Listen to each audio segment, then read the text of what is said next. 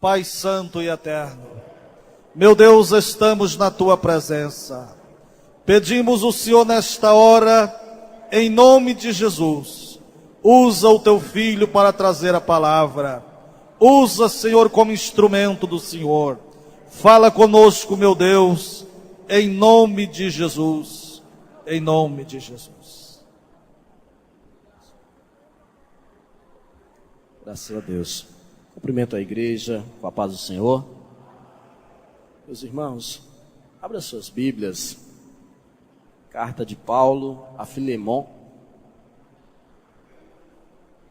Epístola de Paulo a Filemon. É apenas um capítulo. Vamos ler a partir do verso de número 8. Filemon, capítulo único, verso de número 8. Antes de Hebreus, depois de Tito, é um dos menores livros da Bíblia, né, pastor Elimar? Então, às vezes, causa um pouquinho de constrangimento encontrá-lo. Não é um livro tão lido, não é um livro tão mencionado. Filemon, verso de número 8, diz assim: Pois bem, ainda que eu sinta plena liberdade em Cristo para te ordenar o que convém, prefiro, todavia, solicitar em nome do amor, sendo o que sou, Paulo, o velho, e agora até prisioneiro de Cristo Jesus. Sim, solicito-te em favor de meu filho Onésimo, que gerei entre algemas. Ele antes te foi inútil, atualmente, porém, é útil a ti e a mim. Eu te envio de volta em pessoa, quero dizer, o meu próprio coração. Queria conservá-lo comigo mesmo, para que em teu lugar me servi nas algemas que carrego por causa do Evangelho. Nada, porém, quis fazer sem o teu consentimento, para que a tua bondade não venha a ser por obrigação, mas de livre vontade. Pois acredito que ele veio afastar-se de ti temporariamente, a fim de que o recebas para sempre. Não como escravo, antes, muito acima de escravo, como irmão caríssimo, especialmente de mim e com maior razão de ti, quer na carne, quer no Senhor. Portanto, se me consideras companheiro, receba-o como se fosse a mim mesmo. E se algum dano te fez, ou se te deve alguma coisa, lança tudo em minha conta. Eu, Paulo, de próprio punho escrevo, eu pagarei, para não te alegar que também tu deves a mim mesmo. Sim, irmão, que eu receba de ti no Senhor esse benefício. Reanima-me o coração em Cristo. Deus abençoe. Podeis tomar assento.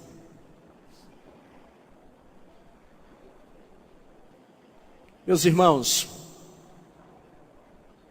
o Senhor colocou esse texto no meu coração e eu me pus a buscar a presença de Deus, a fim de entender aquilo que o Espírito de Deus falava ao meu coração, e a fim de conseguir transmitir ao seu coração, ao coração da igreja, aquilo que eu entendo que o Espírito Santo de Deus deseja falar aqui essa noite. Quantos creem que o Espírito de Deus deseja falar aqui essa noite? Quantos vieram aqui para ouvir o Espírito de Deus falar? Louvado seja Deus por isso. Esse texto, ele, do Novo Testamento, é um dos mais belos textos que eu consigo encontrar na Bíblia Sagrada. No período pós-Cristo, no período de início da igreja primitiva, esse texto, ainda que um pequeno livro, ainda que um dos menores livros da Bíblia, ele traz meio que a história da redenção, ele traz meio que uma tipologia de Cristo, do Espírito Santo, e a tipologia da igreja. Esse livro, ele consegue transmitir e nos fazer entender o propósito de Cristo para com a sua igreja. O propósito de Deus para com a sua igreja. A carta de Paulo a Filemon trata-se de um episódio envolvendo 3 personagens. O primeiro personagem é o que escreve, o apóstolo Paulo. O contexto histórico desse livro, dessa carta, diz que Paulo estava em Roma, preso, provavelmente em uma prisão domiciliar, por causa da pregação, por causa do evangelho. O segundo personagem dessa história chama-se Filemon. Filemon era um crente, um servo do Senhor, que vivia na cidade de Colossos. Alguns estudiosos, pastor Elimar, acreditam que talvez Filemon fosse até mesmo o pastor da cidade de Colossos. O que nós entendemos é que provavelmente havia até mesmo uma igreja na casa de Filemon. Filemon, por sua vez, era um homem com muito recurso financeiro. Era um homem rico. Filemon era um homem que gozava de privilégios naquela terra. E o terceiro personagem, um homem por nome de Onésimo, personagem esse que a Bíblia classifica como sendo um escravo. Onésimo é um escravo que fugiu da propriedade de Filemon. Filemon era o proprietário. Filemon era o senhor daquele escravo. A história conta que, fugindo Onésimo da casa de Filemon, e tendo um encontro com o apóstolo Paulo, provavelmente em Roma, aonde o apóstolo Paulo estava, aquele escravo agora vem a converter-se ao evangelho. O escravo foge da casa do seu senhor, o escravo foge daquele que pertencia ao domínio da sua vida, e encontrando-se com o apóstolo Paulo, ele se converte ao evangelho. A palavra Onésimo significa aquele que é útil. A história conta que o nome Onésimo, o nome útil, era muito comum entre os escravos. A história conta também que naqueles dias haviam inúmeras formas da pessoa se tornar escrava. A pessoa era escrava por nascer de uma mãe que era escrava. A pessoa poderia se tornar escravo após perder o seu país, a sua nação, perderam a guerra, perderam a batalha, e eles sendo levados cativos, eles se tornavam escravos. A pessoa poderia tornar-se escravo se porventura ele tivesse uma dívida e não conseguisse pagá-la. Ele se tornava o fiador da sua dívida e com a sua própria vida ele passava a servir a outra pessoa como escravo, a fim de que ele não desse um prejuízo naquilo que ele devia. A Bíblia Sagrada não diz a forma como Onésimo veio a se tornar um escravo. Mas a Bíblia Sagrada conta que esse escravo teve a oportunidade de conhecer o Evangelho, e o Evangelho transformou a sua vida. Vale lembrar que a escravidão naqueles dias não concedia a um escravo nenhum direito sequer de defesa, nenhum direito sequer de nenhum benefício, pastor Elimar. O escravo, ele servia apenas para trabalhar. A história diz que haviam pelo menos 60 mil escravos no Império Romano, ou um número ainda maior. Haviam escravos que eram compros por 500 denários, outros por 60 mil denários. Haviam escravos de todos os valores, de acordo com a sua ocupação, assim dava-se o preço ao escravo. Agora aquele homem, o texto leva a entender que talvez, provavelmente, ele teria dado um prejuízo ao seu senhor Filemon, e fugindo da casa do Senhor, talvez teria o roubado, talvez teria dado algum prejuízo físico a Filemon. E fugindo dali, ele acaba tendo um encontro com o apóstolo Paulo. E quando ele se converte ao evangelho, Onésimo passa a servir ao apóstolo Paulo, enquanto mesmo estava preso. Porém, o apóstolo Paulo escreve uma carta direcionada ao dono daquele escravo, que era Filemon. Na carta ele diz: olha, Filemon, eu poderia te obrigar a me atender. Eu poderia te importunar a que você fizesse o que eu quero que você faça. Eu estou te enviando Onésimo de volta. Só que o meu desejo é que você o receba e que você o perdoe. Só que eu não quero, Filemon, que você faça isso por obrigação. Eu quero que você sinta o amor que o Espírito de Deus coloca nos corações das pessoas, e você o recebe, você o perdoa, mas não mais como simples escravo. Eu quero que você o receba como irmão em Cristo. Como assim? O homem era escravo. Ele causa um prejuízo ao seu senhor. Ele foge da sua casa, ele foge da sua propriedade, ele foge das mãos daquele que havia gastado dinheiro com ele. E o apóstolo escreve uma carta dizendo: olha, eu estou mandando ele de volta e você receba-o como um irmão. Como que se explica um negócio desse? Um escravo fugitivo, agora ele é reenviado ao seu senhor. E o apóstolo está dizendo: olha, eu quero que você tenha amor por ele, eu quero que você o receba como sendo o seu irmão. Como isso é possível? Somente através da transformação que o evangelho causa na vida daqueles que têm a oportunidade de se encontrarem com Cristo.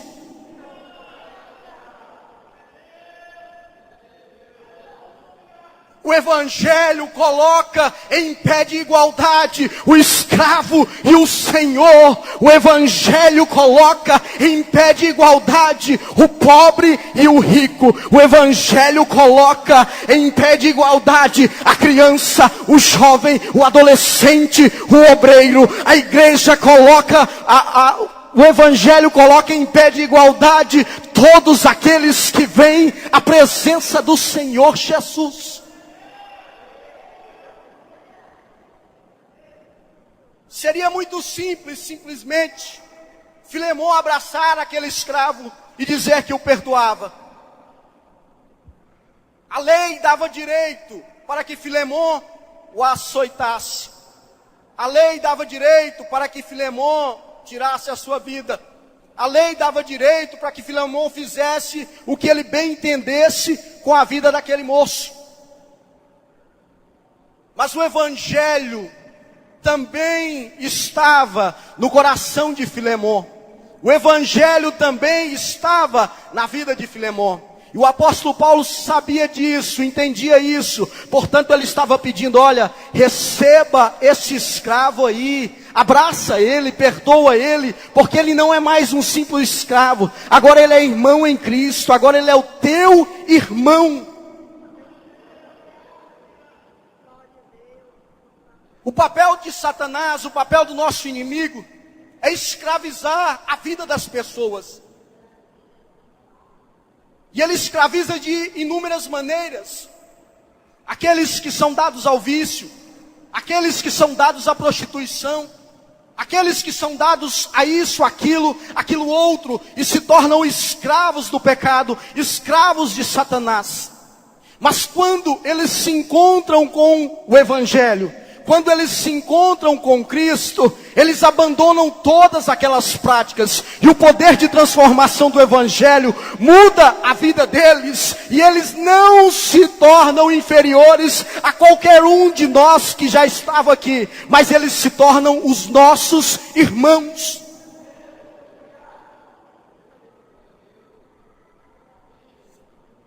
Por que que eu não posso aceitar o meu irmão que está chegando agora? Por que que eu não tenho que abraçar aquele que nasceu hoje na fé? Por que que eu tenho que permitir que pessoas saiam da igreja sem que eu os abrace? Por que que eu não posso estender as mãos e ajudar? Por que que eu olho para o meu terno e digo, eu sou obreiro, eu não posso estender as mãos para uma moça, para um rapaz? Eu sou um obreiro, por que que eu não posso estender as mãos e abraçar um jovem? Por que que você, moça, rapaz, olha para uma irmã idosa, para um irmão e diz, eu sou jovem, eu não posso cumprimentar aquela irmã, eu não posso cumprimentar aquele pastor? O Evangelho nos tornou irmãos em Cristo Jesus.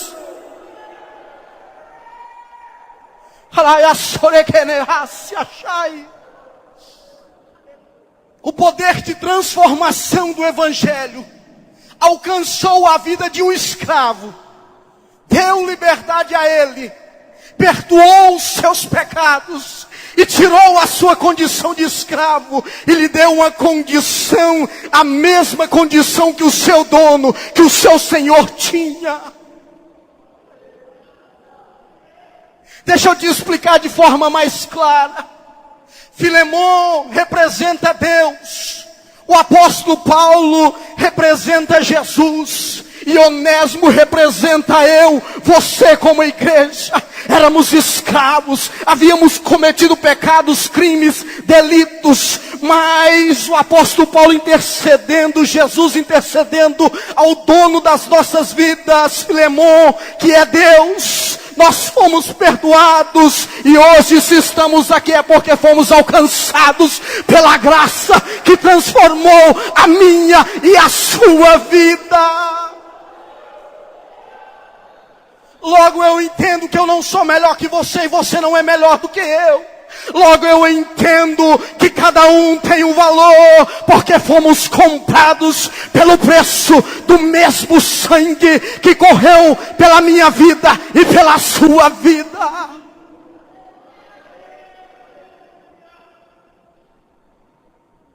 Não existe coisa que dói mais no coração de um líder, de um pastor, do que ter a oportunidade de conversar com um jovem, com um irmão da igreja. E você, eu pergunto, meu querido, por que você se afastou?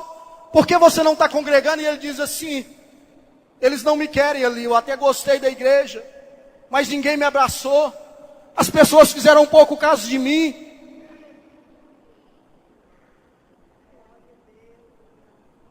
Responsabilidade sua e responsabilidade minha, cuidar daqueles que vêm como Onésimo veio. Entenda a situação daquele escravo. Ele corria risco de vida, Júnior. Pastor Elimar, ele voltou humilhado.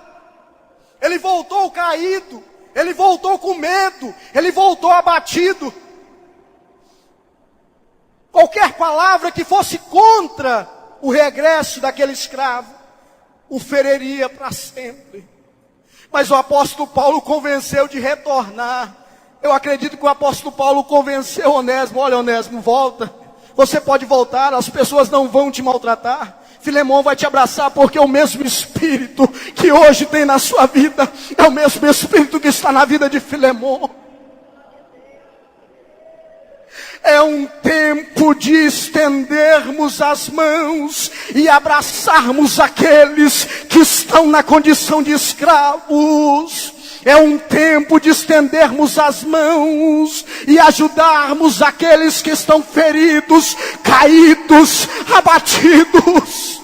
Já basta o pecado, já basta o mundo, já basta Satanás. Não deva ser nós os julgadores dos nossos irmãos. Não deva ser nós os caluniadores dos nossos irmãos. Não deva ser eu nem você aquele que vai se levantar contra aquele que chega abatido na presença do Senhor.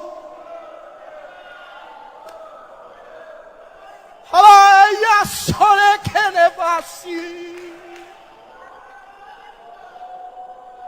Aleluia, canto revia. Sabe por que muitas pessoas não têm coragem de vir para a casa do Senhor? com medo da recepção que eles terão, com medo do que vão dizer a respeito da vida deles. Mas a salvação é individual, sim. A salvação é individual. A comunhão, ela é na vertical e é na horizontal. A comunhão é entre nós e Cristo, e entre irmãos e irmãos. Se você acha que adora a Deus, mas está de mal do seu irmão, a sua comunhão não é verdadeira e a sua comunhão não é sincera, porque a comunhão é com Cristo e a comunhão é com a igreja. E se falta comunhão, falta a presença do Espírito de Deus. Mas se tem comunhão, tem a presença do Espírito de Deus.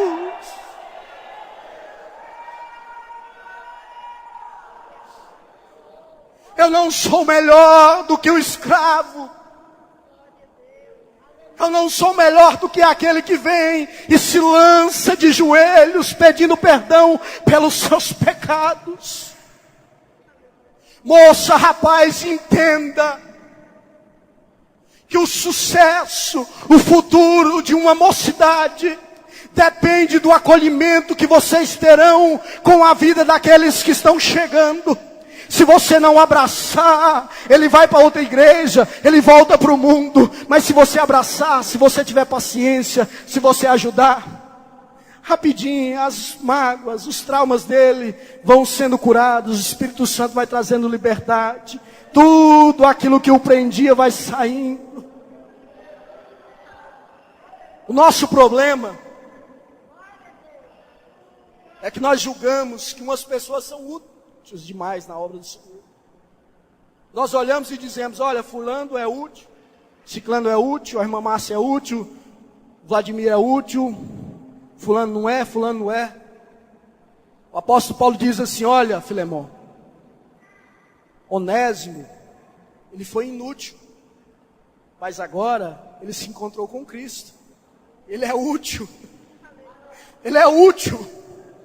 Quando nós nos encontramos com o Evangelho, aquele estado de paralisia espiritual, ele passou.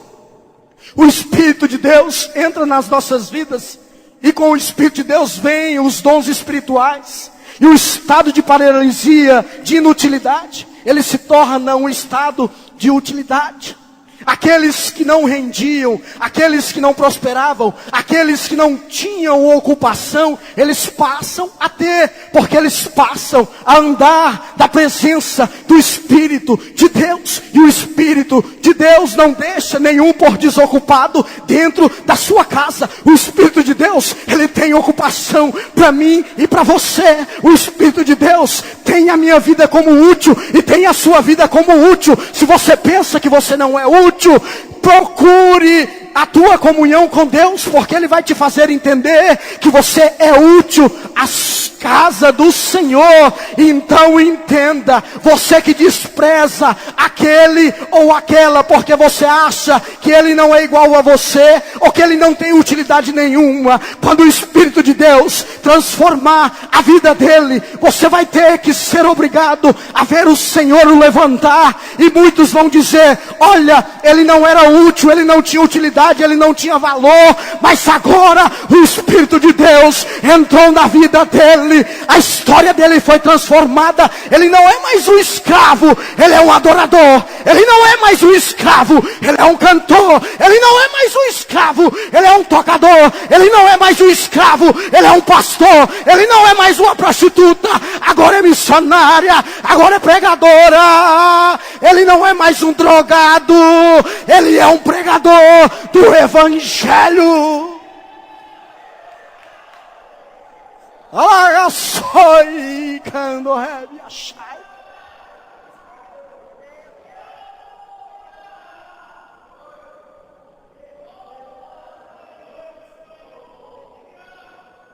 Deus escolheu essa noite para dizer a muitos que estão parados, estacionados por circunstâncias da vida: Deus traz uma palavra ao teu coração, onde Ele diz: levanta-te, porque eu te farei útil na minha casa.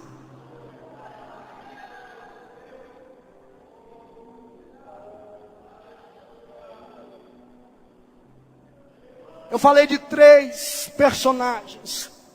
E eu disse no começo da palavra que esse texto representa o papel da redenção. Filemão é quem? Representa quem? Deus, que era o proprietário da vida do escravo. O apóstolo Paulo foi quem intercedeu, quem disse que pagaria o preço por tudo que Onésimo tinha cometido. O apóstolo Paulo representa Jesus. Onésimo, o escravo, representa a igreja e o Espírito Santo. E o Espírito Santo. Faltou? Colossenses fala que havia um 4º personagem nessa história, por nome de Tíquico. Tíquico era um dos 70 daqueles primeiros discípulos. E ele passou a acompanhar o apóstolo Paulo. E esse moço foi encarregado de voltar junto com o escravo até Colossos, para levar a carta aos colossenses e dar notícia de como Paulo estava. Por favor. Eu sou escravo, ele é Tíquico. A carta está na mão dele. A carta está na mão dele. Paulo envia ele para ir até Filemão representar o escravo. E ele vem. O escravo está com medo. O escravo está com medo. O escravo está com medo. Mas Tíquico está caminhando. É o Espírito Santo que te convence de que você não deve parar na caminhada, de que não vão matar a tua vida antes de você chegar aonde Jesus quer que você chegue. Se coloque de pé, se coloque de pé. O Espírito de Deus não vai deixar você morrer pelo caminho. Se há comunhão nessa palavra, adore ao Senhor, adore ao Senhor. Sinta a graça do Espírito de Deus. Alabassore kendere kando rebia, alaganturia kando rebia, chevia kando rebia. Muitos escravos vão voltar. Abraça ele, ajuda ele, mostre para ele que você também tem o Espírito de Deus na sua vida, porque você foi comprado com o mesmo sangue.